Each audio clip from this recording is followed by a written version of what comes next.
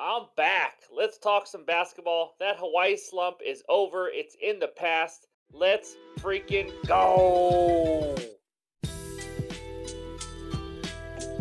What's going on, everyone? Welcome back in to another episode for Just a Bet Outside. I am your host, Steven, and we are here to talk some NBA basketball, baby. That's right. I am finally back from Hawaii. Had a great time with the family. And honestly, your guys' support, your comments, everything during that time was awesome. It feels like a second family we have here at the Jabo community. I appreciate all of you. Obviously, there's a couple hate comments and all that kind of stuff, but you know what? I ignore those because there are so many good ones.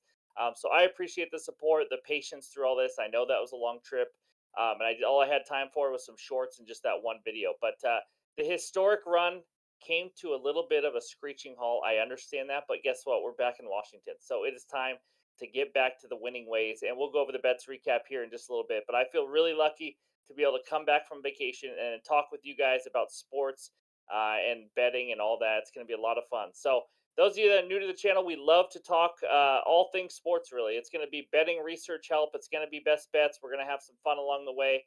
And speaking of that, in this video, other than the bets recap, we are also going to talk the power forwards. Today is Thursday, so it's power forward day. Talk about defenses that give up the most points per game and the most rebounds per game to the power forward position.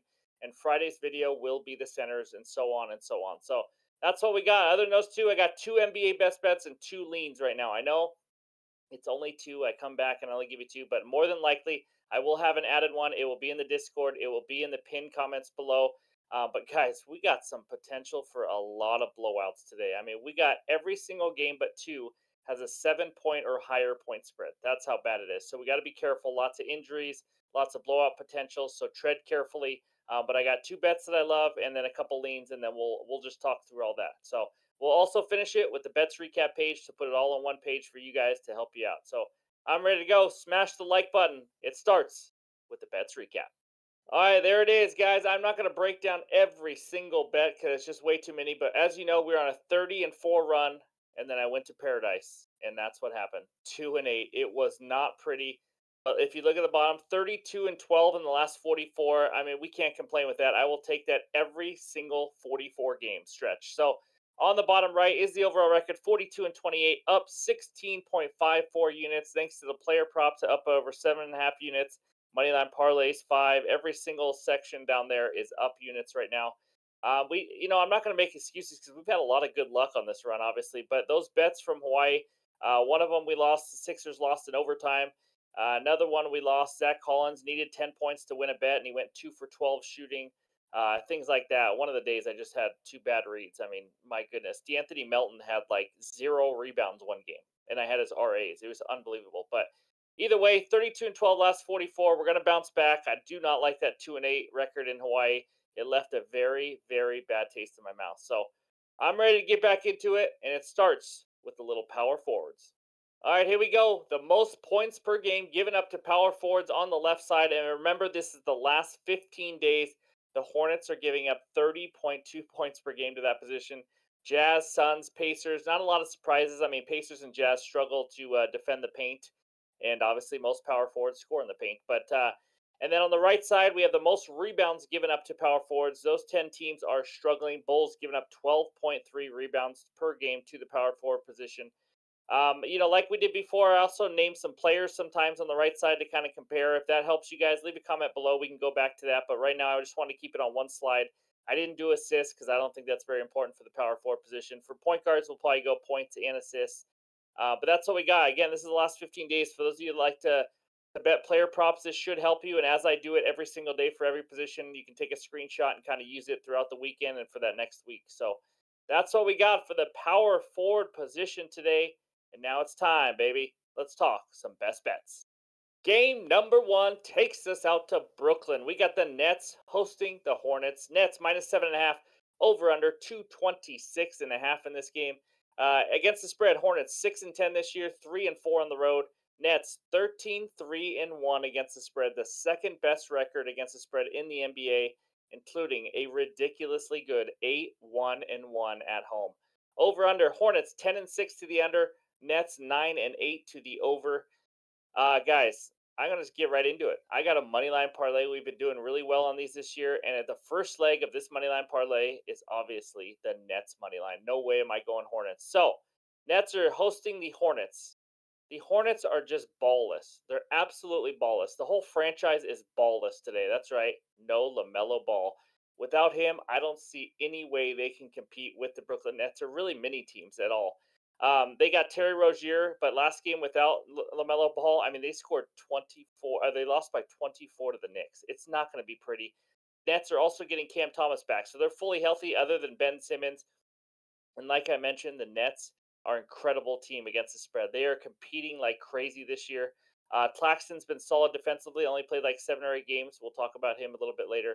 But the Nets will just have plenty of defenders to throw at Terry Rozier, and they don't have much else. You got Thomas, Bridges, Cam Johnson, Claxton. This next Nets team, honestly, I was extremely close to making them a best bet, -7.5. I just at the last second I just changed it to the Nets money line to go with my second leg, which we'll hear about in just a little bit. But I think the Hornets are going to be a huge step down in competition for the Nets, and they just won 3 in a row over the Heat, Bulls, and Raptors. Those aren't great teams, but they're even better teams than the ballless Hornets. That's right. I just bet this game so I can keep saying ballless. It's just great.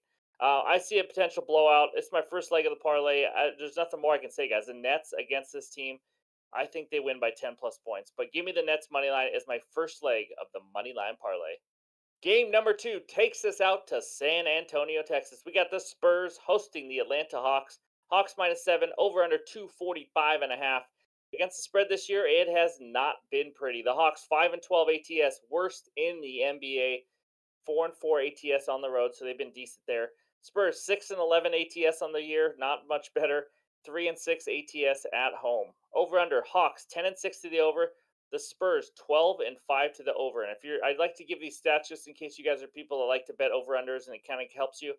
Just another note on these over unders. As you can tell, both teams are over teams. It's because they both play at a top 4 pace in the NBA so far this year. So second leg of my moneyline parlay is, of course, the Atlanta Hawks. Put that together with the Nets money line, you get -128 on DraftKings. I love the value. I think it's like -140 on FanDuel when I checked it. But the big news here is that Victor Wembanyama, that's right, Wemby may not play this game with hip soreness. I think they're going to protect him and rest him. They're not playing for a championship or even a playoff spot. So I don't know why they would rush him back if he's dealing with some hip soreness. So if he doesn't play, I think this line jumps. I feel like I'm getting ahead of the line a little bit. I think the spread will go from 7 to maybe closer to 9 or 10 without Wemby, and the money line odds obviously will go up with it. So I like it. I want to jump on it now. Obviously, if Wemby plays, it doesn't mean I'm worried about this necessarily, but the Hawks, they score the second most points per game in the NBA at 122.5. Spurs have a bottom 5 defense in the league. We've talked about that before. I think the Hawks put up a ton of points in this game.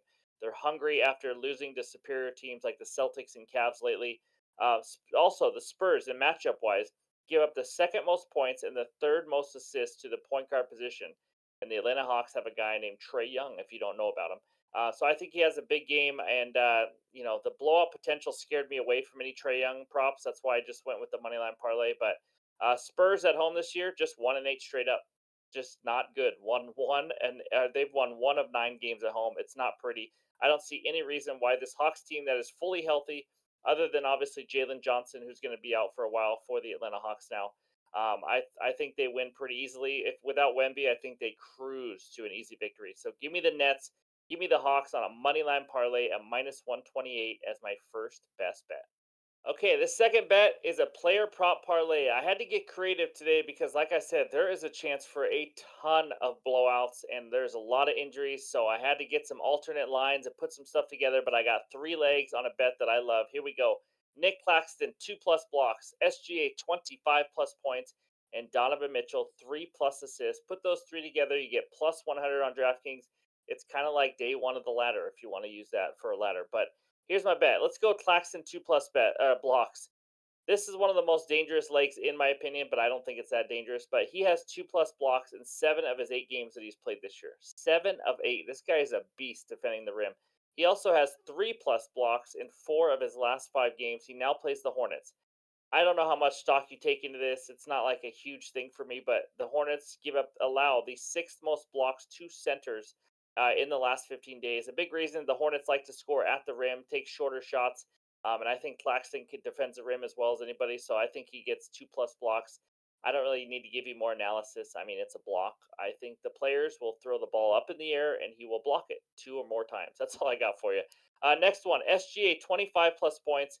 He is one of the most he's one of the most pure scorers in the NBA right now. He has scored 25 plus points in 13 of his 16 games, and one of those three that he missed, he only missed by 1 point.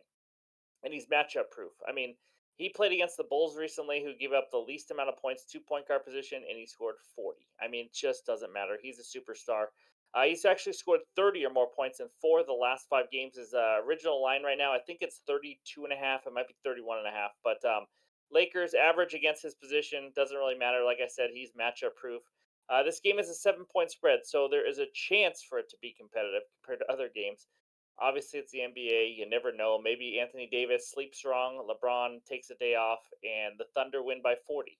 But you know what? If they win by 40, hopefully that still means that SGA scored 25 or more.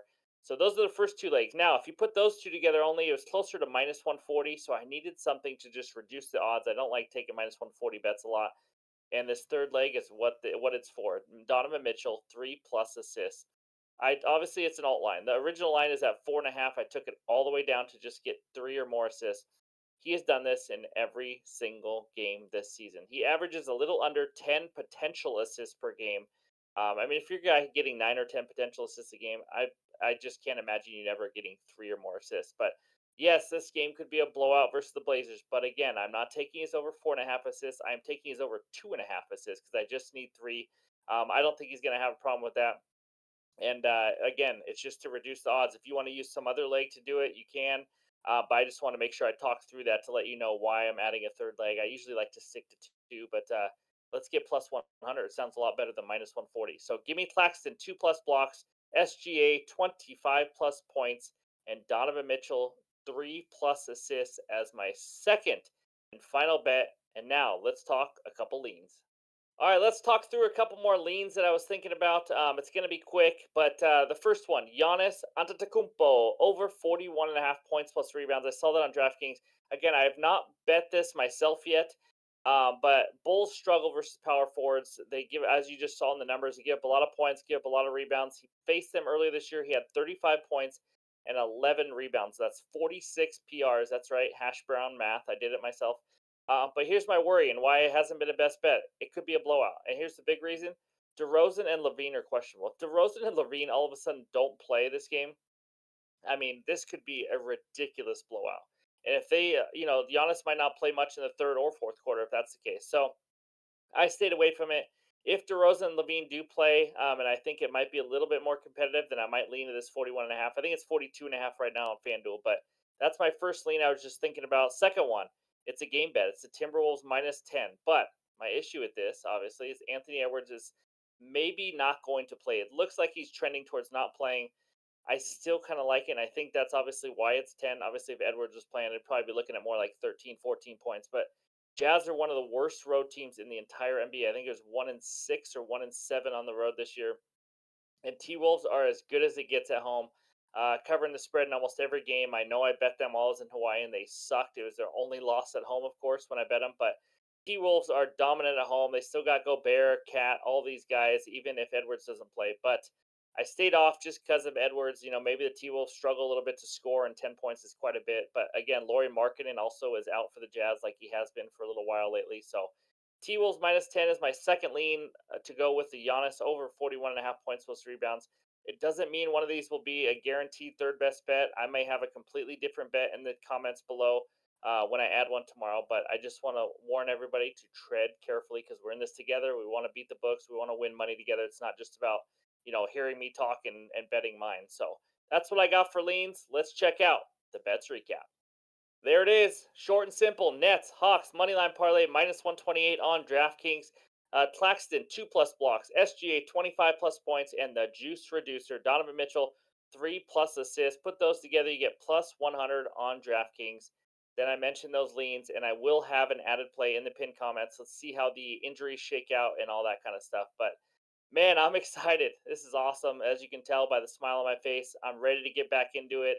We got a big Friday show. We'll go over the lines against the spread, over under numbers for teams, and talk some centers and some more best bets. So thank you guys for the support. I really appreciate it. Hope everyone has a great Thursday, and we'll talk to you soon.